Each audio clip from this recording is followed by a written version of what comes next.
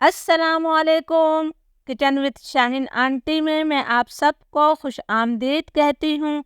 आज मैं अपने किचन में बहुत ही आसान तरीके से क्रिस्पी बाजरे के आटे की मीठी टिकिया बना रही हूँ। बहुत मज़े की ये टिकिया बनती हैं। आप इसे एक दफ़ा बनाकर 6 महीने तक इस्तेमाल कर सकते हैं, तो ज़रूर इस रेसिपी को ट्राई कीजिएगा। इसके लिए मैंने आधा किलो बाजरे का आटा लिया है। बहुत आसानी से ये मिल जाता है। आधा किलो यानी कि 500 ग्राम मेरे पास आटा है, तो 300 ग्राम मैंने गुड़ लिया है।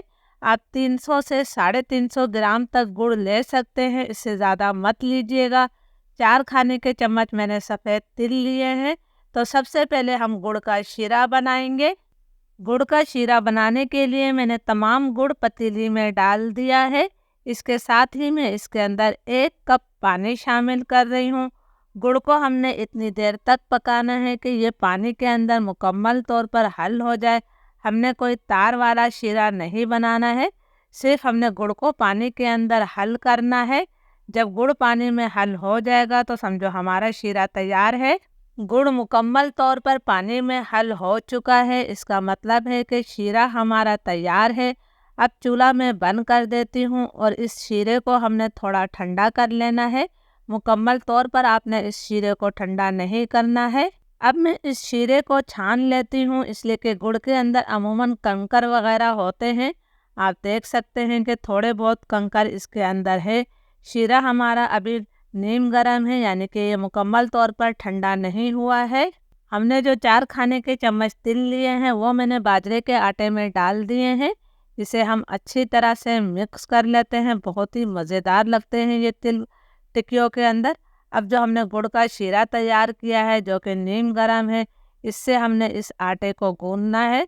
थोड़ा थोड़ा हम गुड़ का शीरा डालते जाएंगे और इसे अच्छी तरह से मसलते हुए मिक्स करेंगे। इस आटे को किस तरह गूंदा जाता है ये भी मैं आपको बताऊंगी। थोड़ा थोड़ा गुड़ का शीरा डालकर मैंने इस आटे को समेट लिया है। आप देख सकते हैं तकरीबन 1 खाने का चम्मच शीरा अभी हमारा बचा है। हमने इसे हथेली की मदद से जो है मसलना है। इस आटे को इसी तरह गूंदा जाता है। आप इसे हथेली की मदद से मसलते रहे तो ये सिमटना शुरू हो जाएगा। इसके अंदर आम आटे की तरह इलास्टिसिटी नहीं होती है, इसलिए आपने सिर्फ इसे हथेली की मदद से मसल कर समेट लेना है। तो मैं भी तमाम आटे को 2 से 3 मिनट तक अच्छी तरह हथेली की मदद से मसलूंगी ताकि ये चिकना हो जाए और सिमटने लगे। 3-4 मिनट तक मैंने हथेली से मसल कर इस आटे को चिकना कर लिया है और समेट लिया है। ये कटोरी में मैंने पानी लिया है। पानी को हम दोनों हाथों पर अच्छी तरह से लगा लेंगे। छोटी बड़ी जितनी आपने टिक्कियाँ बनानी है आपने पोर्शन ले लेना है। बहुत ज़्यादा बड़ी टिक्कियाँ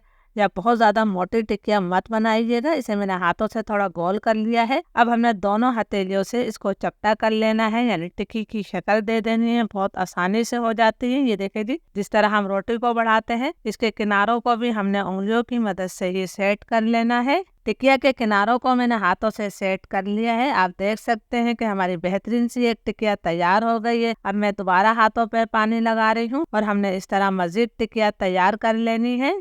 ये 6 टिक्कियाँ मैंने बना ली हैं। हम इन्हें फ्राई करना शुरू करते हैं। बाकी मैं बनाती जाऊंगी और फ्राई करती जाऊंगी। मीडियम फ्लेम पर तेल को मैंने गरम कर लिया है और अब फ्लेम मैंने लो टू मीडियम कर दिया है। हमने इन्हें लो टू मीडियम फ्लेम पर फ्राई करना है। इन्हें फ्राई होने में ज़्यादा टाइम नहीं लगता है, लेकिन आपने लो टू मीडियम फ्लेम पर करना है ताकि ये अंदर तक अच्छी तरह से पक जाए और अच्छी तरह से ये क्रिस्पी हो जाए। ये मैंने 4 टिक्कियाँ डाल दी हैं। इन्हें हम पहले फ्राई होने देते हैं। 1-1.5 मिनट हो गया है इन्हें फ्राई होते हुए, तो इन पर हम देख लेते हैं। माशाल्लाह बहुत ही अच्छा सा कलर आ गया है। अब मैं इन्हें अलट पलट करते हुए अच्छा सा क्रिस्पी होने तक फ्राई कर लेती हूँ। टिक्कियों को अलट पलट करते हुए अच्छा सा क्रिस्पी होने तक मैंने फ्राई कर लिया है। माशाल्लाह आप देख सकते हैं कि इन पर कितना प्यारा कलर आया है।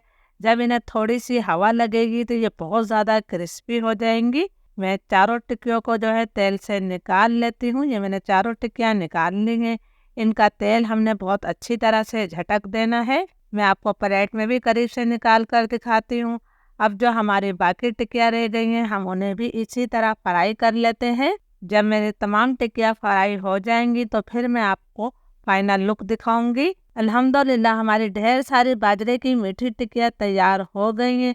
इसे आप किसी भी एयर टाइट कंटेनर में भरकर 6 महीने तक इस्तेमाल कर सकते हैं। आप इसे शाम की हल्की-फुल्की भूख में खुद खाएँ या अपने मेहमानों को सर्व करें। इंशाल्लाह हर कोई तारीफ़ करेगा। इजाज़त दीजिए। अल्लाह हाफ़िज़।